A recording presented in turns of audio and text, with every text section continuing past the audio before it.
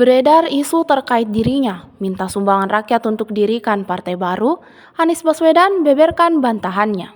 Dalam sebuah video yang diunggah pada akun X pribadinya, @anisbaswedan, pada Sabtu 31 Agustus 2024 itu memperlihatkan Anies yang sambil tersenyum secara tegas membantah soal formulir sumbangan mengatasnamakan dirinya yang kini beredar luas di sosial media. Mantan Gubernur DKI Jakarta itu menduga hal tersebut terjadi lantaran antusiasme masyarakat yang begitu besar. Namun ia juga mengingatkan agar masyarakat lebih berhati-hati lagi sebab semua bentuk permintaan sumbangan yang beredar bukan berasal dari pihaknya. Diketahui bahwa setelah batal maju di Pilkada 2024, Anies Baswedan berkeinginan membuat ormas pun partai politik baru. Hanya tinggal menunggu tanggal mainnya.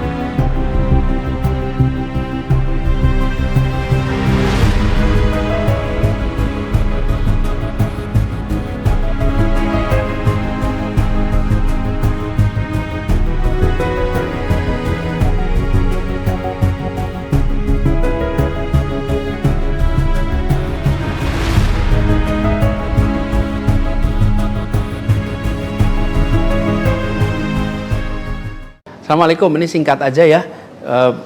Beberapa waktu ini beredar, ada formulir, ada QR code, ada nomor rekening, ada yang diminta untuk menyumbang, ada yang diminta untuk mendaftar, ada terkait dengan partai dan ormas. Saya ingin tegaskan itu semua bukan dari saya dan kami tidak pernah mengedarkan apapun juga. Saya paham antusiasme itu luar biasa besar, tapi harap hati-hati, harap kritis.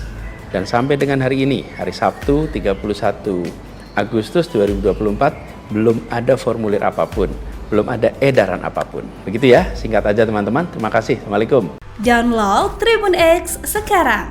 Menghadirkan lokal menjadi Indonesia.